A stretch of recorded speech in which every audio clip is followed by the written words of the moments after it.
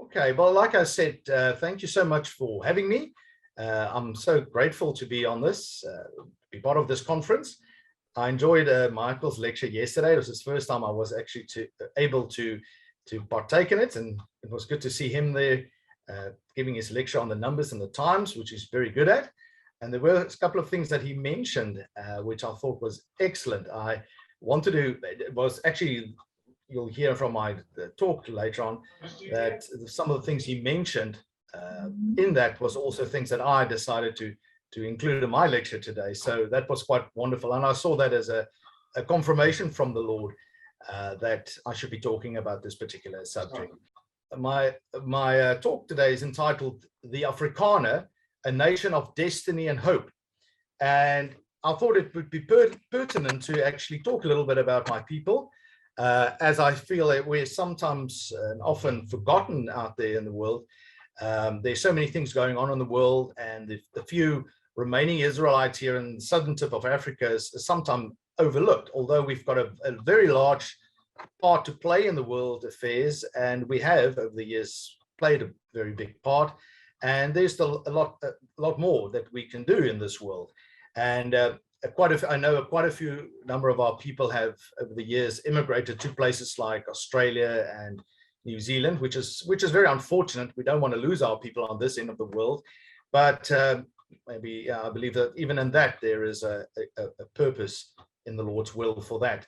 So like I said, the title of my talk is The Afrikaner, a Nation of Hope, of Destiny and Hope.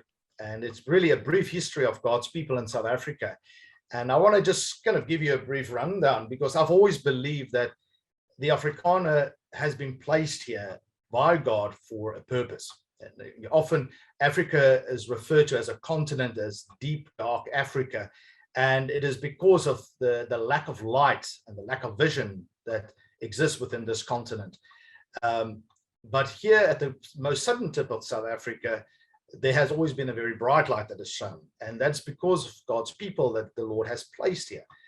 We've had a very significant history, and a history that I think most people are completely unaware of. So that's what I want to do. I want to really run through the history. Now, South Africa really became a place. Well, they've always known there has been they needed to get around the big continent of Africa. And when the Europeans were starting to venture out into the world, and that was mostly due to the Portuguese and the Spanish that went and into the different, started their expeditions into the world.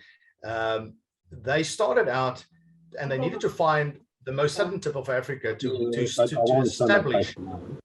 They needed to find a route from Europe to the Far East to do proper trading with the Far East, and it was more dangerous to go by land, so they decided to go by ship. So they needed to find the most southern part of Africa to navigate around it. So in the late 1400s, the Portuguese set out to do exactly that. And as they went past, they had to, obviously, their ships weren't very greatly equipped with long distance travel. So they had to stay close to land and feel their way around this great big continent, which they knew very, very little of. It's interesting enough that in 1488, when Bartholomew Dias, the great Portuguese explorer, left Portugal, he had quite a few granite crosses with him. And those were supposed to be markers which they would plant at certain areas next to the coastline of Africa to indicate where they go and how far they were able to go, so that if for any reason they had to turn back, they can at least see where the last marker was placed. Now, that's very significant, because that granite crosses indicated, and it was a sign of the Christianity that would eventually come to Africa. At that stage, only the northern part of Africa was populated, in Ethiopia and that area around the Mediterranean, but nothing was really known of Africa beyond the great rivers of Ethiopia, as the Bible states in Zephaniah 3. But the Portuguese ventured down Africa, slowly going through this very difficult voyage, and planting these crosses as they went down there. And eventually, when they came to the most southern tip, not even realizing that they've reached almost the very southern tip of Africa, they came to the area known today as the Cape of Good Hope. And it's also known as the Cape of Storms, because the weather there can be very tricky, and it can be very stormy weather. It can suddenly overcome a ship that's unaware of these things. But they did encounter a great storm there, and they were blown off course for quite a few days. And eventually they were tired, and they said they were just going to come back. They don't know if they'll ever find the most southern tip of Africa. It just seemed like an impossibility. And they planted the very last cross before they headed back. And later on, they discovered that this cross was actually planted near a town called Mossel Bay, which is known as Mossel Bay today, which is actually just past Cape Agulhas, which is the most southern tip of Africa. So they were able to pass the most southern tip of Africa on that voyage. After that, they did further voyages again. After that, that's how they discovered that they've actually passed the most southern tip of Africa. And in 1497, the great explorer Vasco da Gama ventured around the Cape as well, and made it up so far as Port Natal, which is the town that I stay in today. It's called Durban, and the port was actually a natural harbor area which they ventured into, and they put down anchor there. And it was around Christmas of 1497, and that's why they call this place Natal, which is the Portuguese word for Christmas. And it became the province of Natal. To this day, it's still called Natal. And that was in 1497. Now, by that time, I mean, these people were just trying to find a way to the Far East. They didn't realize the significance of this land. They didn't really stop to go and explore it or anything. And for many years, nothing happened around Africa up until 1652, when the Dutch Indian Company, East Indian Company, sent down Jan van Riebeeck to actually establish the first European settlement. Because the Dutch realized that by that time trade was already well established in the Far East, but they needed a port for their ships to stop and do repairs and to take on new supplies. And Cape Town, which it became known as, was actually ideal for it. So in 1652, Jan van Riebeeck came down here. And it's interesting, and a lot of people don't realize it, but when Jan van Riebeeck came here, he was a very godly man, and he made the first covenant with God when he arrived here, is saying that he wants to start this settlement in the name of God, and that whatever they do must be to the glorification of the Lord. And I think the Lord has blessed it, because ever since then, civilization really came to Africa from there onwards. And that small settlement grew quite substantially and quite rapidly, and it became a very important point in the world. It became one of the gates of the world. The West, before that was long before the Suez Canal and those places were built. It was literally a gateway from the West to the East. So South Africa had a strategic point, and this Cape Town and the Cape of Good Hope was a strategic point and a significant point in the world. And it was one of the gates, as the Bible refers to, that Israel would possess the gates of their enemies. And these are one of the gates. There are several of these gates across the world, which if you control this very strategic area, you control a large part of the world. And of course, that was what the British were after as well. So in 1795, the British decided to annex the by now independent Cape Colony and make it part of their empire so that they could control it.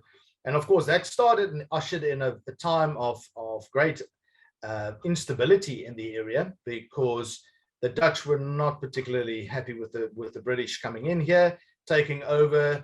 And yeah, tensions were high, unfortunately, as you can imagine. But as it carried on, in 1820, 4,000 British settlers arrived at Algoa Bay in the Eastern Cape. That's now the modern day Port Elizabeth. And that signified a great influence, a more permanent influence of British in this area and region, because the British settlers were devout Christians, and they brought with them all their good morals and ethics along. And they got along very, very well with the fur trackers. They also stayed in that particular frontier area, which is the northern Cape, or the northern and eastern Cape areas, and they got along very well with the Voortrekkers. But of course, as time went on, there was a lot of problems that erupted from there. The biggest problems were, of course, the black tribes that they encountered in the northern eastern areas of South Africa, which is particularly known as the Xhosa tribe, that were in wars with the Boers. Those are the Afrikaans word for farmers that lived on that frontier areas. And eventually, well, the British didn't want to do anything about it. They were reluctant to intervene and send any sort of military support. So eventually, by 1836, the Dutch farmers, which by now were known as Afrikaners, decided to actually pack up everything and move into the interior to see where they can actually live without the threat of these constant looting and attacks from these black tribes. Now, that obviously started a whole chain of events in South Africa. Now, after that, it's been known as the Great Trek. Now, that's one of the very significant things, because the Afrikaners have always been a very godly people. They have been very, very godly, because even way back in the late 1600s, the French Huguenots and the Dutch Huguenots settled around the Cape area when it became an independent colony as well. And these people were really the cream of the crop as far as the people from the Reformation were concerned. They fled the persecution that was going on in Europe, and they settled in South Africa. So you had a core of people living in South Africa, which were very, very devout Christians and very godly people. There was no idea, they didn't settle here with the idea to conquer, but rather to establish and to live here in peace, and so that they live in a place where they could exercise freedom of religion, because Europe was very much still under the grip of the Roman Catholics, and that continued until nearly the 1800s, when that power was eventually finally broken. But their influence has been going on ever since. But here in South Africa, they were mostly freed from that Roman suppression, and they were able to flourish here. And the Christians in this country really did flourish in that sense. And when the British settlers joined in 1820, you had a very strong component of both English and Afrikaner people, which were Christian, very devout, strong Christian devout people. And that became the backbone of South Africa, especially the European culture in South Africa, is the fact that we were very Christian orientated. And as they started moving into the interior of South Africa by 1836, they encountered other tribes of black tribes, and some of them were very vicious in how they conducted it. They saw the white man as an intrusion to their territory, but in no way that they ever seek to dominate these people or to take over their land or anything. And I think today, in today's history, that is kind of the idea that is being propagated, is that our people went in there and we drove them off their lands and we took theirs for ourselves, and that's not the case. And the history records, and it's well documented, that we went out and those people went and negotiated for land.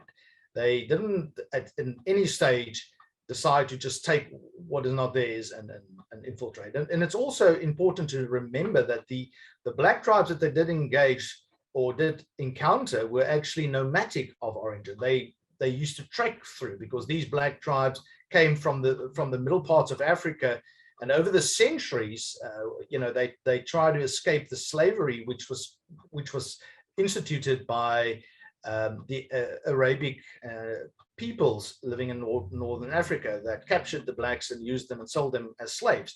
So to escape slavery, they started migrating further south, and eventually encountered the white people, which were literally coming in from the southern part of Africa, working their way up. And this is what happened. But at first, there weren't really many conflicts, but the biggest and the greatest conflict that did occur was in 1838, when the Voortrekkers, which they were now being known, the people that partook in the Great Trek,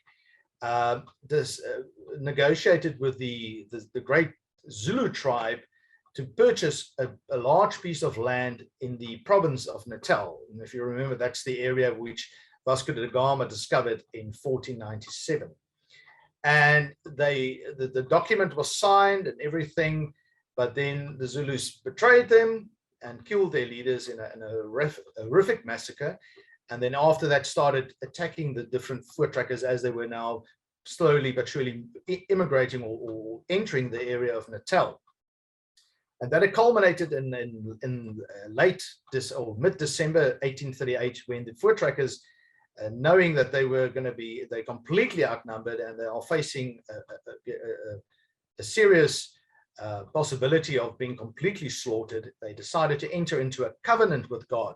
And that is the famous 16th of December covenant called the Covenant of Blood River, where they made a covenant with God to say that if he protects them and help them in this battle, that they would honor this day forever lasting as a day of a covenant. They will keep it as a Sabbath, and they will tell all their generations from there to also keep it as a Sabbath and as a reminder of God's provision. So, of course, if you go into history, and I don't want to get into that too much here, because that in itself is a fascinating part of history, but it's really something that should be treated on its own. But what happened is they won the battle. It was a tremendous victory for the voortrekkers, and according to British records that existed from the time, they believe that over the period of weeks after the battle, during the battle and after the battle, about 9,000 of the Zulu impis was killed at this particular battle. And from there, the voortrekkers moved into Natal and established the independent Republic of Natalia. And that was their first republic that was actually formed by them. But unfortunately, in 1843, the British came again and they annexed the colony. And the voortrekkers decided, no, they've had enough. They don't want to live under British rule anymore. That's why they trekked originally. So they decided to trek further into inland. And in 1854, and that is in the area of north of the Great Orange River, by which time now it was named the Orange River, they settled and formed two independent republics, the Republic of the Orange Free State and also the Republic of Transvaal, which is also known as the Republic of Zuid-Afrikaanse Republiek, the ZAR. And Britain also recognized them as independent states in 1854, and it carried on for like nearly 20 years until gold was discovered in 1873. Now that changed everything, because first there was diamonds was discovered around the town of Kimberley, which were in the Northern Cape and also in the Free State area. And then gold was discovered shortly after in 1873.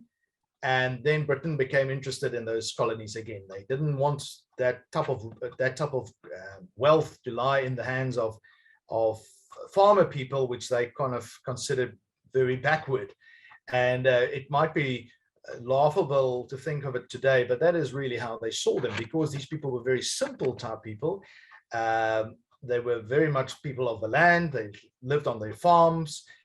They weren't centered around big cities or towns. They were really out there living on farms, great big farms. And suddenly this was being discovered, and there was a great influx of overseas people from Europe and all over the world that wanted to share in the wealth of this country, the potential wealth that they now saw in here. But of course, so Britain annexed the Boer Republic in 1877. But then a war broke out 3 years later in 1880 between the Transvaal and Britain, and they were able to drive the British out. So by 1881, the Transvaal was again an independent state. But that didn't last, because by the end of, by 1895, so barely 10 years later, the British again by now, because remember, within South Africa, you had the two independent colonies or two independent republics of the Transvaal and the Orange Free State, and you had the Natal colony as well as the Cape colony, which was under British rule. And then, of course, so that was the Southern Africa was made up of. So what happened is through the intervention of the Cape Governor, Cecil John Rhodes, he tried to instill British rule in the Boer republics again. But then, so he, with his friend Jameson, there was a planned invasion in 1895, which failed, and Jameson was arrested, and it became a tremendous big scandal, so much so that Cecil John Rhodes eventually had to resign his position as governor of the Cape. But that was just a prelude of things to come. And eventually in 1899, there was the Second Freedom War started, and it was best known as the Anglo-Boer War, where Britain now fully became involved in trying to annex the two Boer republics. So that started an era of tremendous war, and it for 3 years, and it's become a very infamous war, because it saw the setting up of concentration camps by the British to intern women and children, and the suffering that is ensued from that. It became known right throughout the world. But eventually in 1902, the Treaty of Vereniging was signed, and the Boers became now part of the British Empire, and the two Boer republics became British colonies. But at least the war stopped, and the suffering in a way stopped. But unfortunately, in the heart of the Afrikaner, there was incredible deep resentment, because they hated the British. They hated the British from the days of when they first had to embark on the Great Trek, and not even a century later, they were again under British rule, and that after all of the war and the suffering that took place. But as I've mentioned to many people before, we must also see God's hand even in this, because what God did do for our people is that in 1910, South Africa became a union, and Britain gave over the colonies to self-rule, and the Afrikaner was able to set up a new country again under the rule of themselves, although Britain did rule them from arm's length, but they set up their own parliament and everything. So by 1910, South Africa was in all intents and purposes a separate independent country again. But then 1914 came, and the First World War came, and we fought on the side of Britain, which caused a lot of further resentment with amongst the Afrikaners, because they felt they had no problems with the Germans, which were considered their neighbors, because Germany owned and controlled Dutch West Africa, which today is known as Namibia, and that was their colony, which bordered South Africa all these years. And there were good relations between the farmers, the Boers, and the Germans. There's always been good relations between them. So when the Great War of 1914 came, and Britain was now involved, and they wanted South Africa to fight on their side and also to invade German West Africa on their behalf, it caused a great division amongst our people here. But it was snuffed out, that the government's forces were able to suppress the rebellion, and South Africa continued fighting alongside Britain until the end of the war. But then in 1934, South Africa became a dominion state under the British Commonwealth, and that also started changing things, because that was a further step into independence away from Britain. Now, with Australia, New Zealand, and I think even Canada to a way, they are still considered dominion states, because Britain, or the Queen, is still head of the government, although they do have a complete independent government and parliament which rules. But the British throne, or the British monarchy, still remains the head of the state in that way. And that was exactly what happened to South Africa as well. At the time when all the countries like Australia, New Zealand, and Canada became dominion states, so did South Africa as well. And we became part of that dominion power within the Commonwealth. But that carried on for a while, but South Africa, and especially the Afrikaner, wanted to gain complete independence, and a dominion state wasn't independent enough. They wanted to actually completely break the ties with Britain in that regard. And when the Second World War came in 1939, there was a great debate within our parliament whether South Africa should be fighting on the sides of Britain, or should we remain neutral? Because again, the war was against Germany, and they didn't want to sour their relationship with the Germans, and they felt closer to the Germans than they felt to the British. They didn't have all the baggage with Germany like they had with Britain, because of the Anglo-Boer War, which was fought nearly only 40 years before that. So there was a vote was taken, and with a small majority, they decided to fight on the side of Britain and the Allied forces, and thus declared war on Germany. But that just deepened the divide within the Afrikaners from there onwards. And so by the end of the war, when there was now elections due in 1948, the National Party came into power. And the National Party was founded right from the early stages, just after the Union was formed, and it was all to do with the Afrikaner in particular, because the Afrikaner suffered greatly after during the times of the Anglo-Boer War and afterwards, because there was a whole generation of poor white people in South Africa, and it was really very bad, especially the Afrikaans-speaking component of the Europeans living in South Africa were suffering greatly, because most of them lost everything on the war. Farms were burned down. The economy wasn't very strong at the time, and they felt Britain obviously didn't do much to alleviate the suffering. So there was this push by the National Party, which was founded in 1915, to focus their attention on the Afrikaner and the upliftment of the Afrikaner in South Africa. Now, it's very interesting to note that, again, the founders of this particular political party were very strong Christians. They were from a Dutch Reformed background, and they were very, very strong Christian people. They believed that all their policies, and as I'll get to it later on, as we know that the National Party's policy on separate development became a big problem in the time after the Second World War, where South Africa was badly criticized because of this particular policy. But yet this policy found its origin from the Bible, because in God's law, and as we know from the Old Testament, God doesn't want his people really to be mixed up with any of the other nations of the world.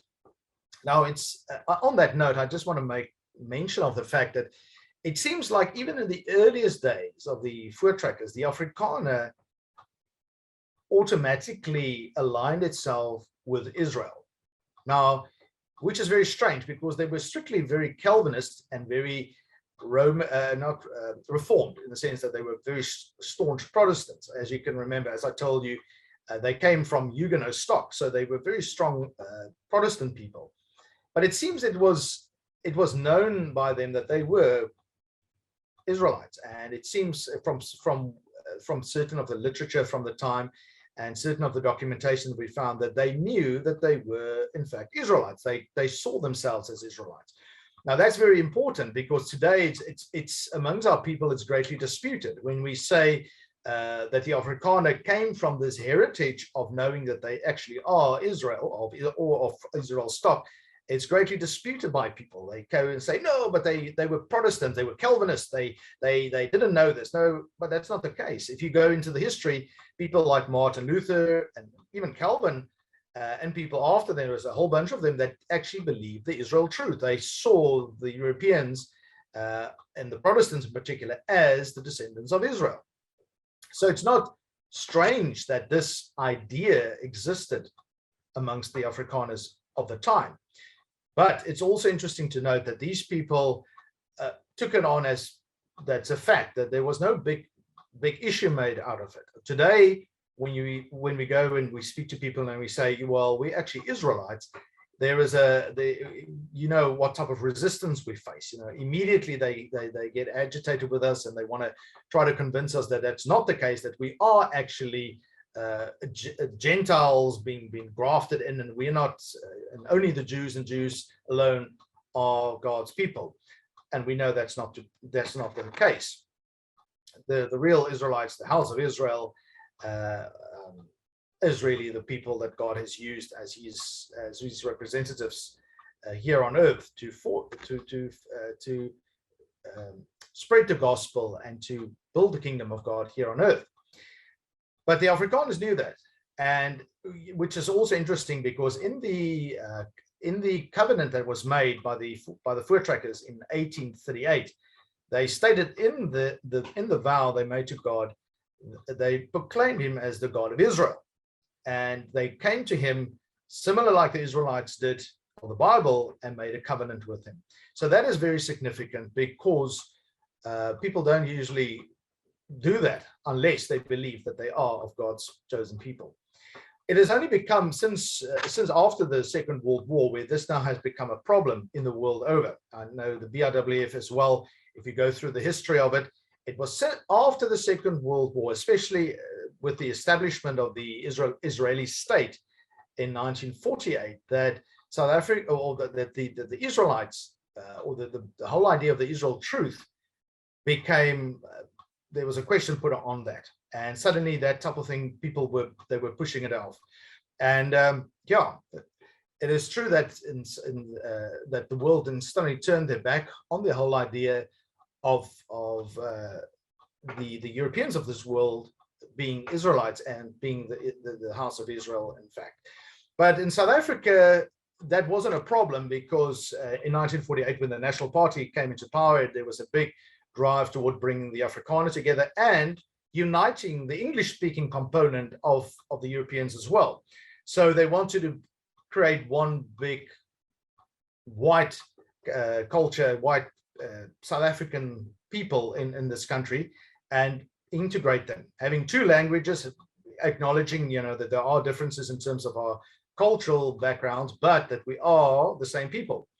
And that gave a lot of credence to it. Now, of course, the idea of separate development, and I just want to say a little bit about that because I think it is important that people know, because if you had to now look in any history book or go onto the web and ask anything about separate development, or as it was known as apartheid, which is an Afrikaans word meaning separateness, you'll get a lot of negative things around it. It's kind of considered to be a great crime against humanity and everything, but don't be swayed by these things. These things are absolutely just designed by the liberal world we live in to destroy all of that and to put a negative spin on it right from the outset. But that was never the intention. Discrimination and suppression and all of those things which they try to link to that policy was not the original outset of that at all. It was to give the different peoples of South Africa, especially the different black tribes, which there's about 7 or 8 different tribes in South Africa, which are completely different from each other. They have their own culture, they've got their own language. Some of them are quite small and are very susceptible to being overrun by the bigger ones. And then there are the more greater in numbers. But the idea was then to give each of them a separate own country, lead them to becoming independent, and from there allow them not to have sort of direct influence on the white people in South Africa as well. And then as the white, establish the white as in a way as the guardian that help them along the way of progressing and leading them to complete independence eventually. Now this type of thing, this truth is now kind of overrun by the liberals of this world. They just paint it as an evil thing, and integration is what is promoted throughout the world today. It is not the fact that we as a people should remain separate as God's people. And if you look at the Bible, and especially the Old Testament, we as a people were commanded by God to remain separate. We are a holy people, set aside. And I mean, the word holy means to be set apart, for God's purposes and for God's glory. And this is what the people of that time wanted to achieve. Now, I don't say for a minute that the people, the National Party at the time, knew that in such great detail that they were actually the chosen people of God, the Israelites. I don't think they saw it as that. They just looked at it generally and saw, well, we are the people that God has placed here with a purpose, and it is our responsibility to build this country up into a great nation and be just to all that live in this country. But yeah, that in 1958, that became a great focal point when the National Party they elected the sixth Prime Minister of South Africa, Dr. Hendrik Verwoerd, which was the real spearhead behind driving South Africa towards complete independence and to make it a republic. But he was also the one that, more than anyone else, wanted to unite the two components of the white population in South Africa by bringing the white, the Afrikaner and the Englishman under one nation, join them together. And believe me, he had no easy task. Yesterday in Michael's speech, he mentioned about Harold Macmillan's famous Wind of Change speech that he delivered in February of 1960 in front of the South African Parliament. And I think few people realizes the tremendous impact that it had from that minute onwards, not just in South Africa, but to the whole world, because at that stage, Britain was really, in a sense, declaring that the British Empire has now come to an end. All the countries, all the colonies that were under British rule at that stage and were definitely better off for it, was now being just thrown away.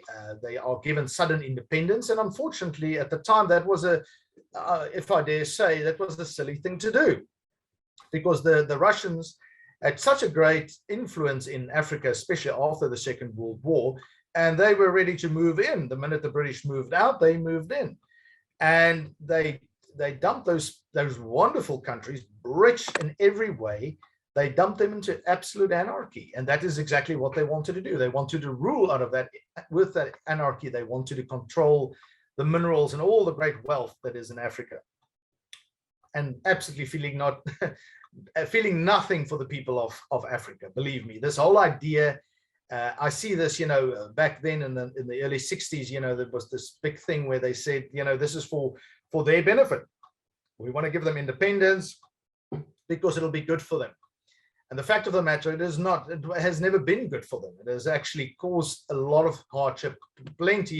Millions died through hunger, starvation, and wars and pestilence, and all sorts of things that besetted the place after the British moved out.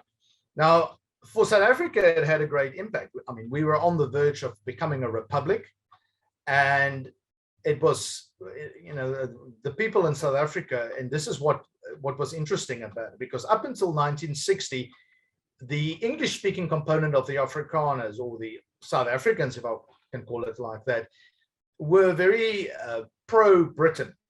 They always kind of felt, their heart was there. They liked staying in South Africa because obviously it was a favorable place to be in, climate-wise and otherwise.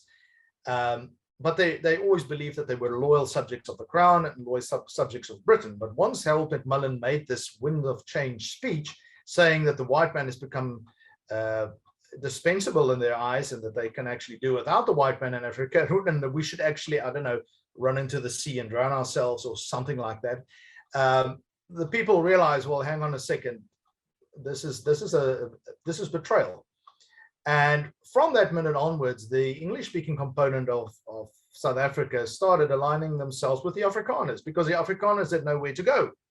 I mean, we weren't prepared to run into the sea and drown ourselves, and we're still not prepared to do that, despite what the people of the world are probably hoping we would do, because we are a thorn in a lot of people's sides, and we were definitely a big thorn in the world's side in 1960. In the UN, as well as in the Commonwealth of Nations, that was a problem, because South Africa, because of its policies of separate development and because of their strong leadership and the fact that South Africa was becoming a very powerful country within this, I think, one of the most strongest countries within the Southern Hemisphere. And they realized that, and that wasn't good for them. They didn't like that. They knew it was going to be a problem to get South Africa to swing us over to to eventual black rule like they wanted to do with the rest of Africa. And but because of the people realizing here that we're here to stay and we're not planning to go anywhere, and we're not going to give up to this, not after all of the suffering our people have endured over all the years that's ever since the founding of South Africa, people started banding together. So in 1961, South Africa became a republic, and unfortunately, in a way, we were forced to leave the Commonwealth of Nations. We weren't planning to do so. We wanted to maintain that as much as possible. because as you can imagine by now, the whole idea of the British Empire has been restructured, and being called the Commonwealth of Nations. And it actually just became a rotten group of nations being given a stage in which to launch their attack on anything Western. And as you know, even to this day, any sort of Western country is becoming the subject of ridicule and attack by these mostly third world countries, which uses those type of organizations as a platform to launch their attack on the civilized world. And it was no different back then. That was where the start really came in. And South Africa, under the leadership of Dr. Verwoerd, decided to retract their application for renewed membership. And in 1961, we left the Commonwealth of Nations, not because we wanted to, but because we really had no choice to do so. They wanted us to throw all our values and change all our policies, and we weren't prepared to do that, because we knew as these other countries were now gaining independence in Africa, it always went along with tremendous violence, tremendous upsets, and it caused a lot of suffering for a lot of people. And in fact, Africa during the 1960s and 70s were absolutely an awful place to be in. There was so much instability, a lot of dictators suddenly came to power, people were just killed and slaughtered, and it was a nightmare. And South Africa was just not prepared to go that route, down that way. But unfortunately, that's not the picture that it was painted. South Africa got painted as a country which suppressed its people, and that is actually just not the truth at all. While seeking to give independence to our different tribes, but on a more gradual scale, by bringing them slowly up to that speed and not just handing it over, and then as a consequence give the communists a foothold in these countries. We were badly criticized for it. Now, that was also compounded in 1965 when Rhodesia declared their UDI from Britain. And they did that because they were found to be in a similar situation. Now, just to give a bit of history, I know Rhodesia doesn't have direct, well, I should actually say, Rhodesia had the option to become part of South Africa in 1910. And to become part of the Union of South Africa, but they declined it. They wanted to be independent, and they felt they were very much an independent state. And Britain recognized them as independent. And they said to them, if they want complete independence, the only thing they need to do is ask for it. But I think the Rhodesians were very loyal to Britain, and they didn't feel they needed it. But as things were now starting to develop during the 60s, and especially after Harold Macmillan's speech in Cape Town, they realized, oh, hang on a second, this could be problems for us. Back then, Rhodesia was divided into two countries. That was the Northern Rhodesia and Southern Rhodesia, and then there were small places added on to what they referred to the Federation of Rhodesia and Nyasaland. And Southern Rhodesia said, all right, because they were the main influence, that's where the majority of Britons lived, and they controlled most of that area. And they wanted to say, all right, fine, give Northern Rhodesia away, give Nyasaland away, but allow us to gain our own independence. And that's when Britain said, oh, no, sorry, we're not prepared to give you that unless you give it to the blacks completely. And I think the Israelites that lived there just wasn't prepared to do that, because they knew what would follow.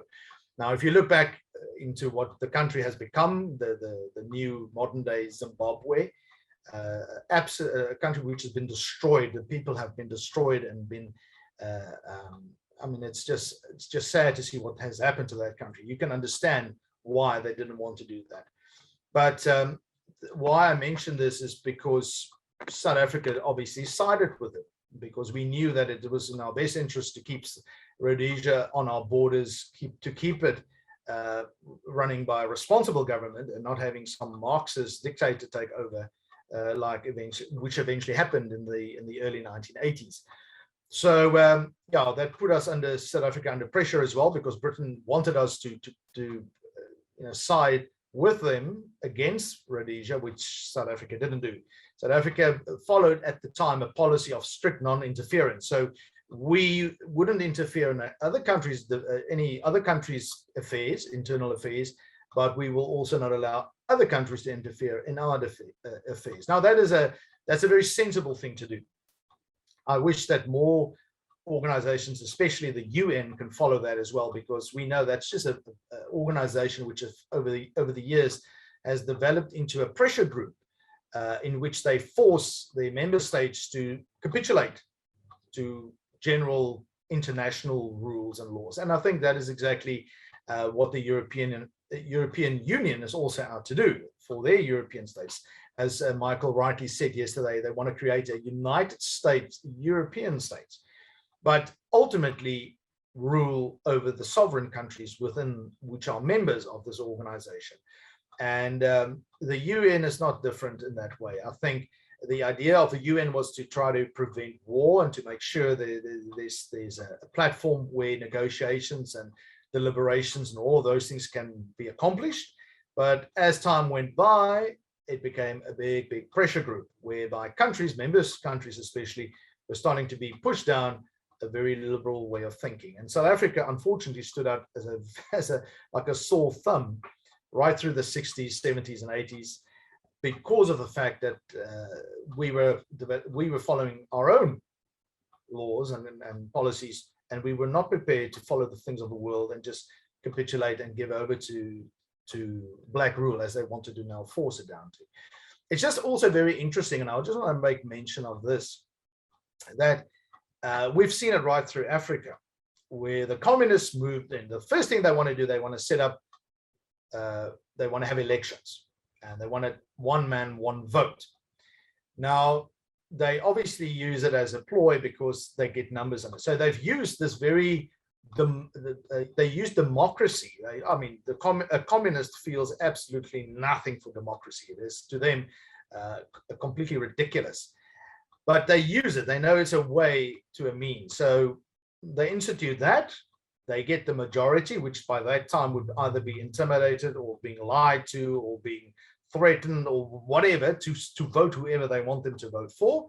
And when the vote is passed, the majority now rules. And as soon as that happens, it ends up very quickly into a complete dictatorship, and there is no talk of free and fair elections anymore. And we see it even here in South Africa now.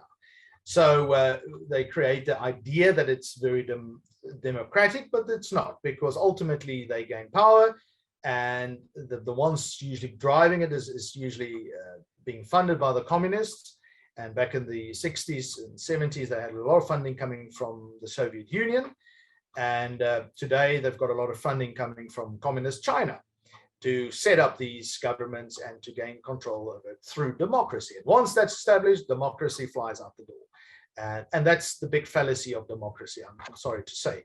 Democracy can work if all the people in your country is converted Christians, and they love the Lord, and they see God's law as high as any man's law, and then it could probably work to a certain degree. But unfortunately, we know how this particular form of government has been distorted horrendously, and there's nowhere a bigger example of that than in Africa. So of course, that's exactly how they went on, and they tried to push South Africa down that road as well, but we resisted. We were able to resist it for a long time, but there was something that happened in 1966, and that was quite shocking, because at that time the Prime Minister of South Africa, Dr. Verwoerd, was assassinated in Parliament. And it is, the whole thing was a shock to the world, and it was a shock to South Africa and to the people of South Africa. We didn't think something like this could happen, but it did. And only years later, it came to light that it was actually part of a far greater conspiracy, and that the people that sat behind the Anglo-Boer War and all of those horrific wars that took place in this country were the money powers of the world that sat behind it.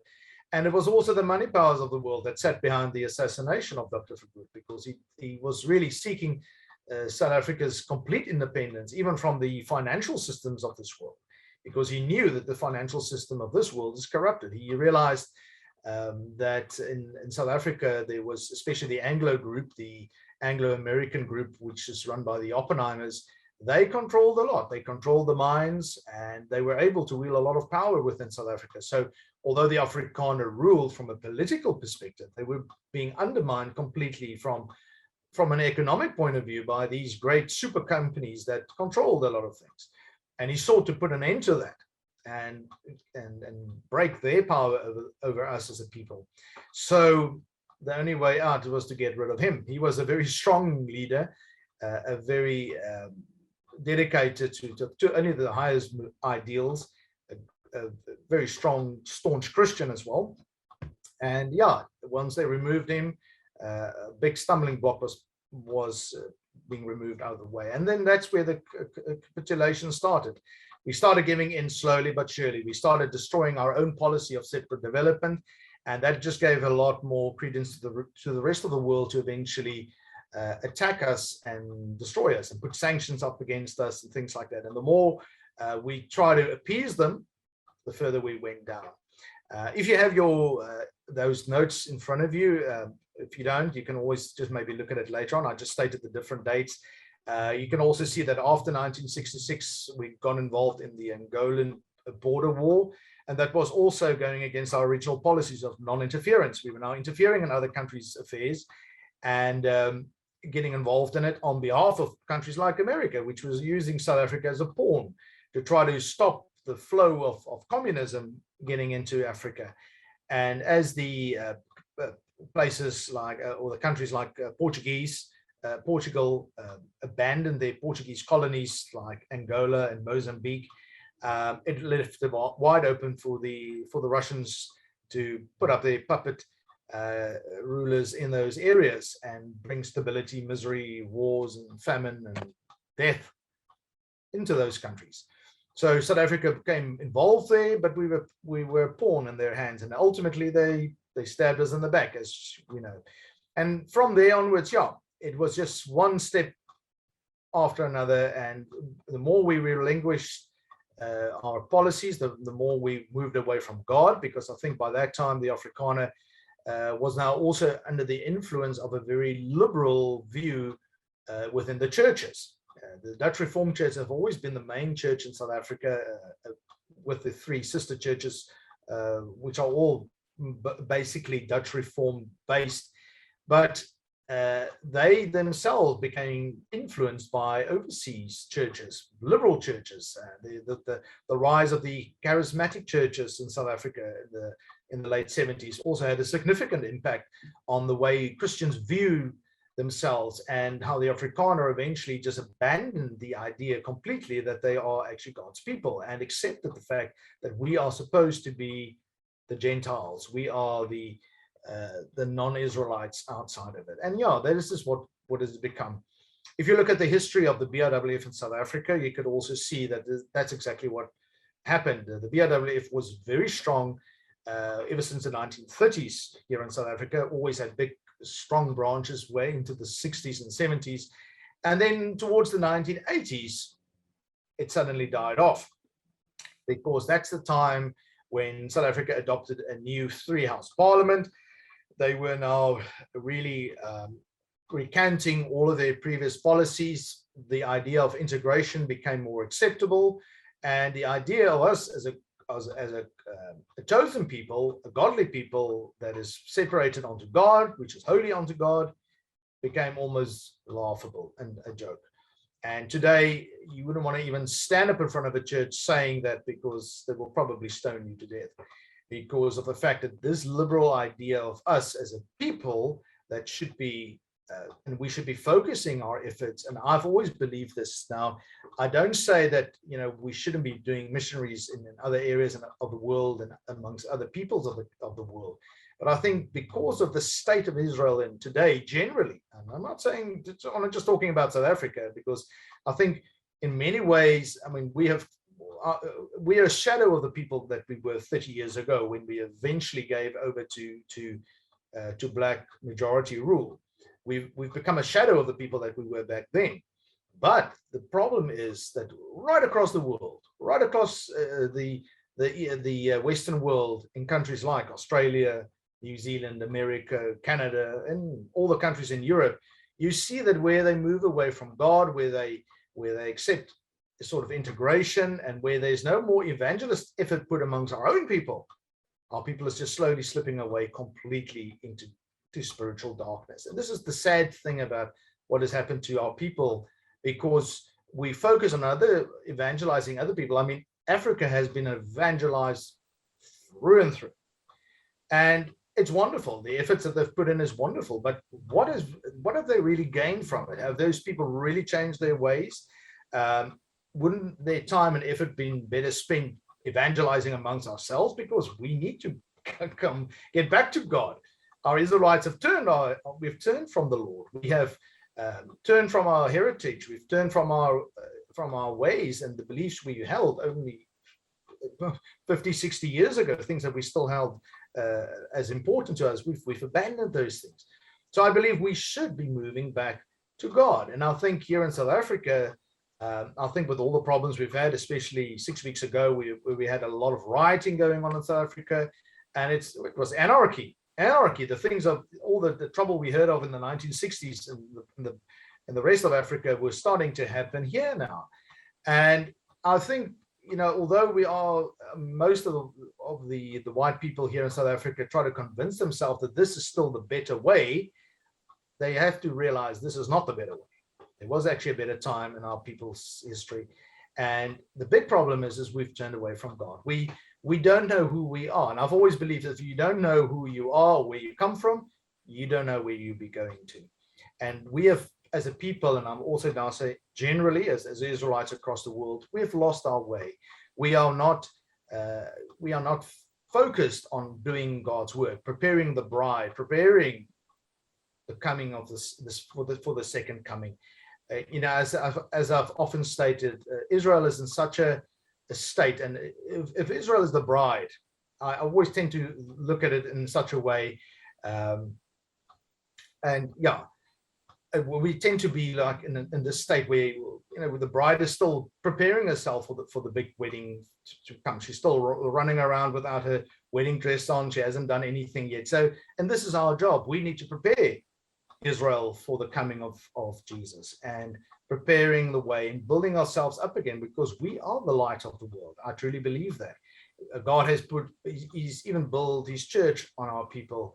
And so that's the problem. The scripture I want to just close off with now as well is the scripture in Zephaniah 3, verse 10 to 13. And I'm reading from the New King James Bible. It says here, "From beyond the rivers of Ethiopia, my worship is the daughter of my scattered ones shall bring my food offering. In that day you shall not be ashamed for all your doings in which you have transgressed against me. For then I will withdraw from you your midst those who rejoice in your pride, and you shall never again be proud in my holy mountain. I will also leave in your midst a poor and weak people." I think one of the translations said afflicted people, "and they shall trust in the name of God. The remnant of Israel shall not do iniquity, nor speak lies, and a deceitful tongue shall not be found in their mouth. For they shall feed and lie down, and none shall make them afraid." Now this scripture, especially amongst BI people throughout the world, have been considered the scripture that speaks of the Afrikaner, of God's people here in South Africa and in Africa, because we have been a great light to the world, and to Africa in particular. And although we are now in a state of darkness, we are in the time of Jacob's trouble, we need to realize that God has got a plan for us and not to lose hope. I think a lot of our people have lost hope, and that's why they've left the country. But there will always be a sifting that will go on, but those that remain will be faithful to the Lord. And I think this is exactly what this particular part of scripture speaks of. And it is my prayer that, in time to come, our people will take in its rightful place amongst the other Israelite nations of the world, and be able to help guide our people back to the Lord, because we are in spiritual darkness. That is a fact. And we need to get back to the Lord. And I hope that our people will play a significant role in that. We have to. And I think it's time that we, as Israelites across the world, Australia, New Zealand, Canada, America, Britain, and all over Europe, that we take hands again and we find ourselves. And although we might just be a remnant, a very, very, very small percentage out of the total population of our people, but the Lord has entrusted us with this great truth of who we are. And we should go out there and try to encourage our people, our fellow Israelites, to take hands and to find ways of working together and to be a light and to be an inspiration to the people out there. Thank you very much.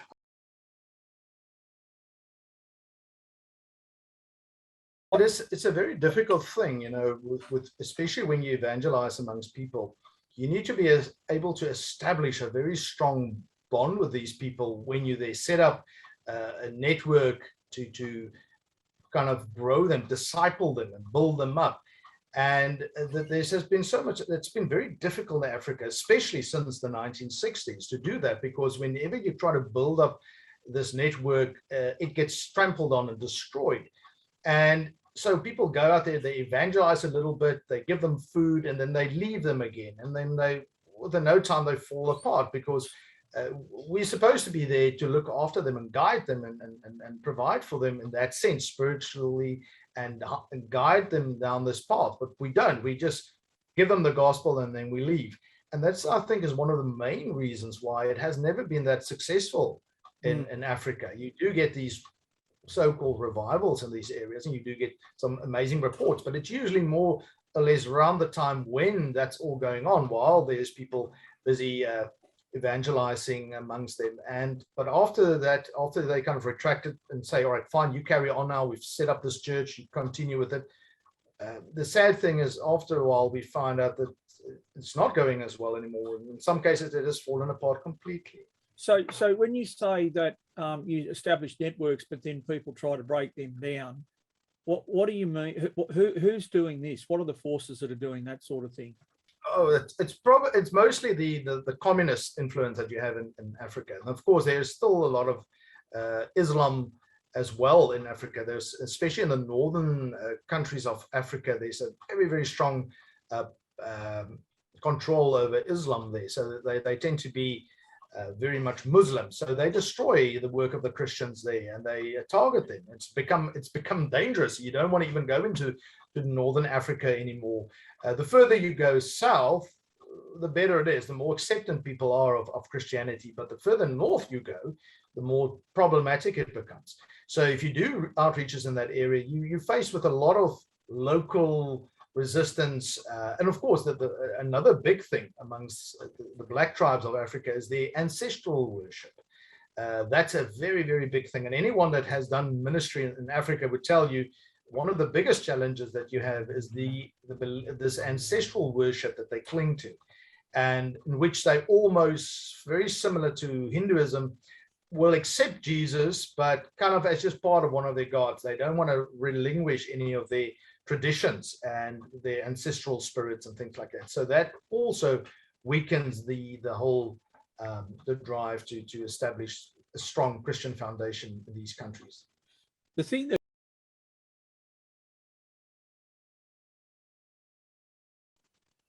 yeah, no, they obviously have always had a keen interest in South Africa. South Africa was part of their focal point. They wanted it, first of all, as a strategic country, because if they can control South Africa, they could really control the gateway between West and East.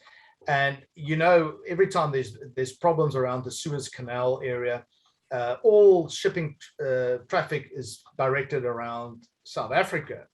And we've seen that all over the years that's the case. Now, if Russia or the Soviet Union at the time, if they could control that, they would have a great influence across the world in that sense. And South Africa was always the main prize that they were after. Apart from our incredible wealth of minerals, it had a strategic point for them, which they wanted to do. But they knew they just couldn't just invade South Africa. They would have probably battled to do so. And it was a very expensive exercise for them to try to do that. So they had to put up these dummy countries, so to speak, with their dummy dictators through which they could work and try to attack us. And it gave them the stage to do that, because as these countries now became members of the UN and they became members of the British Commonwealth, they gave them a stage advantages from which they could launch these attacks. I mean, back in 1963, I mean, you had two African countries from way up north that instituted a legal action against South Africa because of our presence in Southwest Africa, which was mandated to South Africa after the First World War. It became, in a sense, a province, part of South Africa. South Africa had rule over the country, but they instituted it at the World Court in Den Haag in Holland because they wanted to use it as a platform to attack South Africa.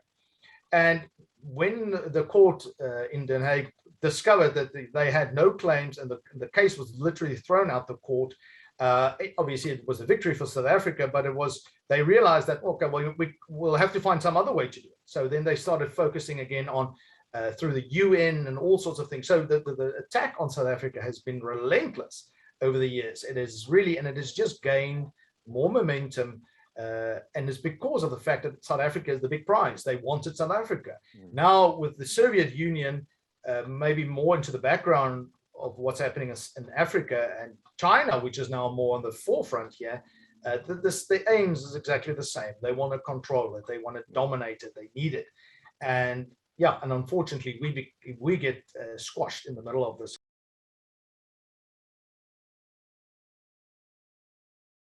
Like with the rest of the world, there has always been a presence of them here, mainly because of the Indians that were brought here in 1860, because the British established, the colony of Natal, and it was very, it was a sugarcane rich land.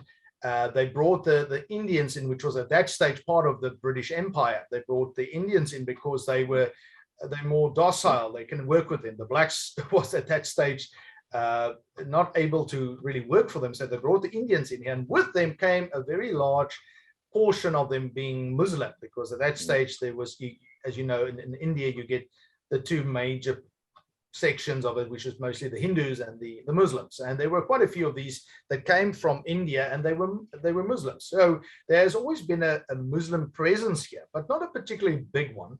And they aren't particularly militaristic either. But in recent years, wherever you've seen Islam rising up in the world, especially like in Europe, where they're really invading Europe and, making demands, and wherever they go, I would say you do see a rise of this as well here.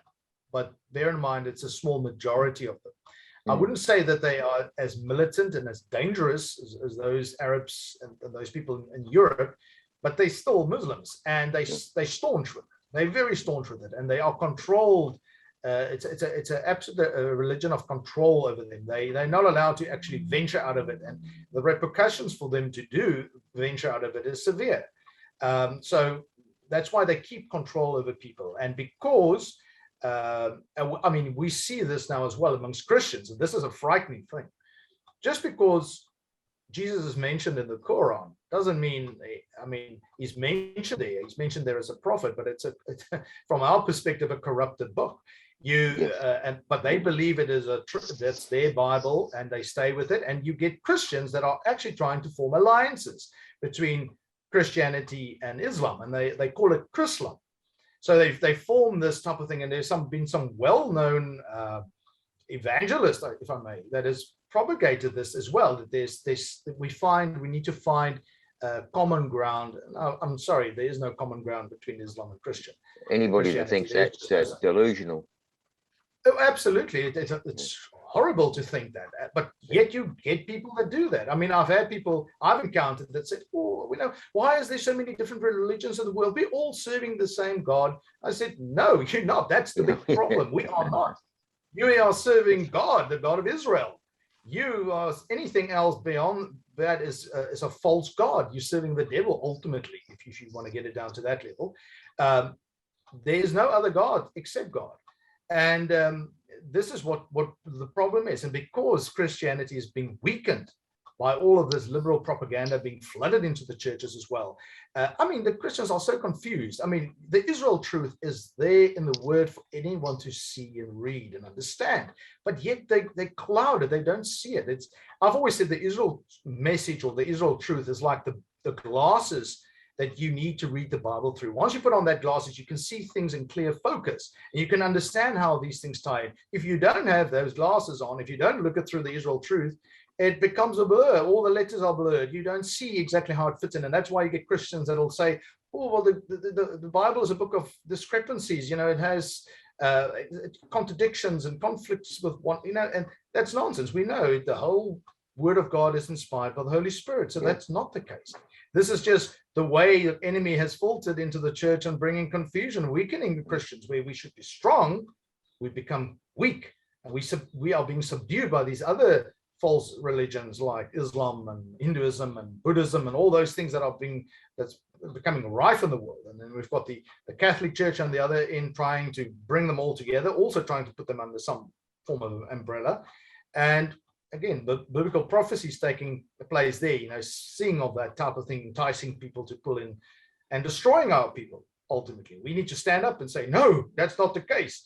We are Christians, we are Israelites, and especially when we deal with our own people, we need to say to them, we are Israelites, and that makes you very special. We've got a double blessing on us, but a double big responsibility as well. And I think that's where people miss the picture, miss the boat, so to speak.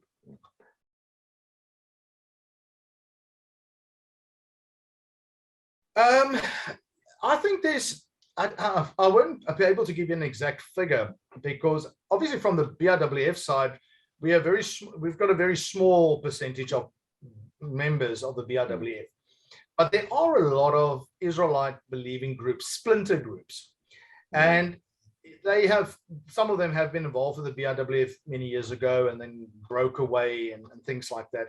I think the biggest problem why the BRWF was never very strong in South Africa in terms of numbers is because of the British portion added onto it. Because the Afrikaner, although they can accept the Israel truth, and they do, the fact that the British bring it in, that's where they, you know, it becomes a bit of a thorny issue for them.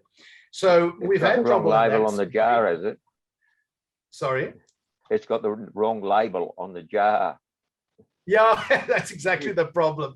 But you know, once they accept the Israel truth and they realize that we're all Israelites, that changes. And I've seen that happen, which I'm very thrilled about. And I mean, we need to realize we're Israelites. I mean, we know that during the Anglo-Boer War, there was a great movement within Britain which opposed it in every way.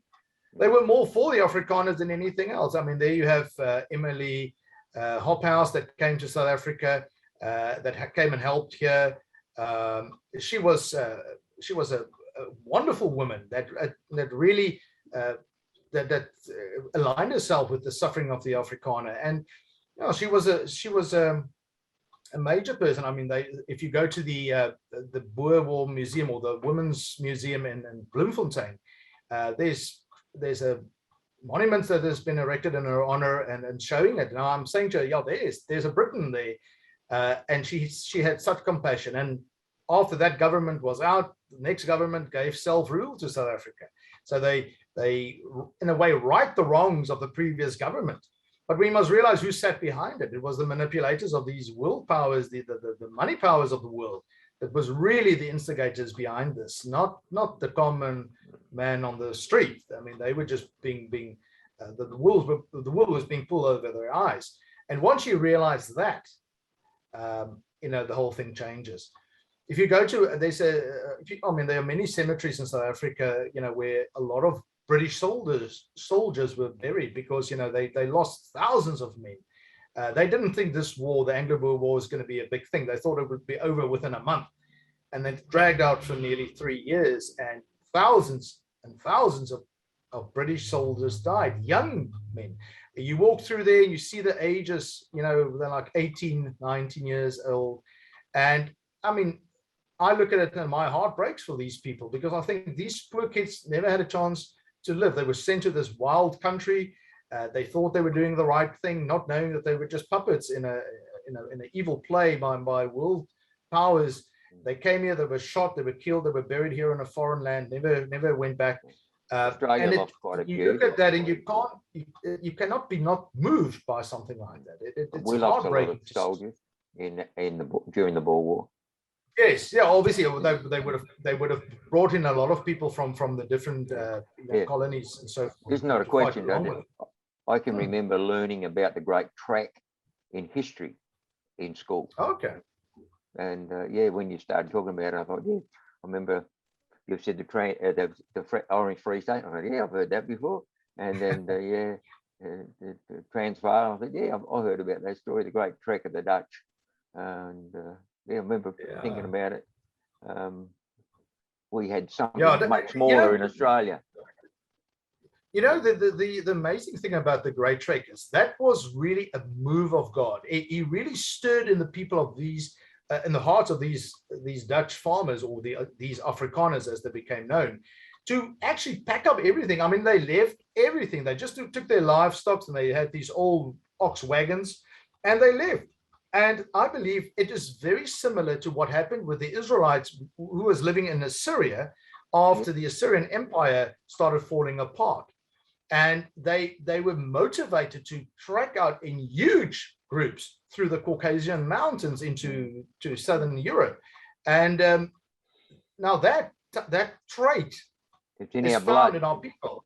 Yeah, it is in our blood to do something. Yes. The Lord stirs it up, and suddenly there's a move in that way. Because when I heard about the migration of the Israelites, the trekking out of the Israelites from Assyria through the Caucasus Mountains into Europe, immediately in my mind I could picture the Great Trek. This exact same sort of things. All these people just leaving all their stuff behind, packing their ox wagons and taking their livestock, and they moved away. They just trekked through these mountains. And I mean, our people had to trek through these great, the Drakensberg Mountains, which is a huge mountain range in South Africa. And they came through these mountains, finding their ways with these ox wagons over these great, tremendous passes to get into the fertile land of Natal. And I can just see in my mind the exact same thing happening with the Israelites all those years ago, all those centuries ago, going through the Caucasus Mountain to find a better life there, not knowing really that in the bigger picture of things, they are being led by God to do that exactly, to be placed in that place where one day they would rule, and from where they would go eventually and take the gospel to the four corners of the world.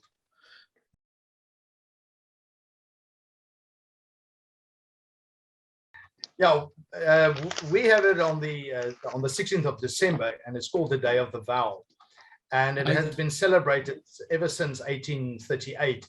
At one stage in South Africa, it was declared a national holiday. It's to this day, it is still a national holiday. The 16th of December is a national holiday, but it's not called the Day of the Vow anymore. It's now called Reconciliation Day. Now, this is, of course, the new government that came in, and they also went and they built this horrific, awful-looking, dreadful-looking monument for their slain warriors, kind of opposite the side of where the Battle of Blood River took place. Now, the amazing thing about this, now I just want to bring a little bit into this. I don't want to get carried on too long. I think maybe we must have this discussion on a separate forum at some stage. But I want to just mention this though. The one big thing that the new government, this black government, wanted to do is that when they established this monument for their slain impies that was killed in the Battle of Blood River, they decided the big thing they wanted to do is build this bridge over the Blood River. And the idea was so that symbolically that they can now move over, this whole integration idea of getting together and taking hands and whatever. So, I mean, this day is set aside according to the terms stated in the covenant with God, that we would keep this day separate. We would celebrate it as a Sabbath. We'll keep it as a Sabbath, and we will honor it, giving God the glory. It was not supposed to give any man the glory or anything. This was a day to be given God the glory for what he did. And believe me, you go into the details of that, that was a godly, absolute godly intervention there. It was something, it's similar to biblical proportions. Nothing else. It is really God's provision for his people. But what happened is they built this awful metal bridge across this river. And they were supposed to have this great ceremony where the impies will walk across, and come towards the very nice looking lager monument that they've erected there. And as it is, I don't know what happened, but this bridge has never been used. It's been locked up, and the actual locks have actually rusted. You can't open it. And there's this little paved little path they've actually paved from the actual Voortrekker monument through to this bridge. And suddenly within this thing, these thorns and thistles, and I mean thorns this long, suddenly popped up in between this paving. And you cannot walk on that paving. You'll have to have pretty thick boots to go and walk on this particular paving. It is just like the Lord has just decided, no, this is not of him, and I will not make it easy for you to try to cross this path. And I've noted it. We had a visitor from Scotland some years ago, which I took to Blood River, and I pointed it out to him. I said, just look at this. Don't you see something odd here? And the first thing he said, look at the thorns that grows on this paved path. I said, yeah, isn't it significant? The Lord has literally just sealed it off. You would not be able to get through on that bridge, even if you wanted to. If you wanted to get on the other side, you would have to swim through that river. And I'm sure that won't be a easy thing to do. But it's like God has just said, no, this is holy ground. And if you go to this monument, you feel the presence of God there still. It is the strangest thing. You sense the presence of God there. And everyone I've taken there on almost like little proud tours or private tours, I've said to them, the first thing I say to them is, what do you sense here when you come to this place? And they say, well, there's a strange feeling we get here, like we're not alone. We feel God here. It's a very reverent place. People tend to speak softly. They don't speak loud. They don't yell at each other, because you just feel the reverence, like an embedded reverence that rise up within you when you're there. It's like you still sense, after nearly 190 years, you still feel the presence of God there. And it's something that you can't explain to someone unless you've been there. I know that some people, those few that managed to get into Saudi to go up to Mount Sinai, that place is also cordoned off. You can't get in there. They had to sneak in there. And those people that went onto the top, there on the top of the mountain, where the top peak is burned black, the granite has literally been melted. They say the minute you get up to that place, you just know, listen, I shouldn't actually be here. This is holy ground. I should get off there. You feel it within you that you need to get off that mountain, because this is holy ground. And I mean, we're talking about 3,500 years ago. The residual presence of God's presence is still there. And the same at Blood River. When you go there, you still feel the presence of God there. Wow. He kept those people, protected them. They were over, they estimate, no, we don't know for sure what the numbers are, but they estimated over 25,000 Zulu warriors that gathered around there ready to attack these people. There were only 468 Voortrekkers. And I mean, they should have been run over, but God, they didn't. They were not able to break through, and they killed, you had those that were directly killed by the gunfire and things like that, and they estimated those to be about 3,000. And then, of course, those that died of their secondary wounds, and of course, the things that followed it, they gathered, and this was done in a British report that was sent to the Cape Governor at the time, said that they estimated that 9,000 of those Zulus died in that war, or in that battle. And I mean, that's a significant number. And that little piece of paper was always kept at the museum at Dundee, which is the closest town to Blood River. And suddenly, this piece of paper has just disappeared. Nobody knows what happened to it. It has just disappeared. Something else I forgot to mention, and I just quickly want to say that. In 1987, they did a dig in Cape Town. They were busy building a new office block in Cape Town, just outside of Cape Town, in the area which is called the Cape Flats. And as they were digging into the ground, they discovered the remains of a wooden ship.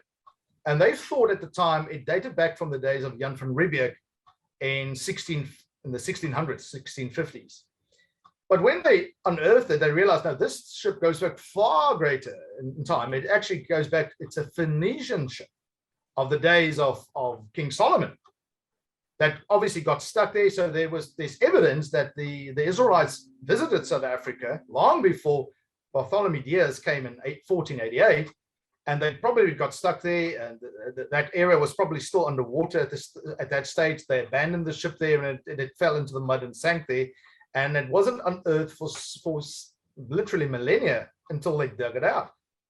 Again, strangely enough, that has all disappeared. I spoke to the author of the book that wrote on this specific find, and he said, I don't know, all the evidence of that has just been disappeared, because politically, you can imagine what this will say to the world. The Israelites were actually here, the first people. So in any case, that is my say.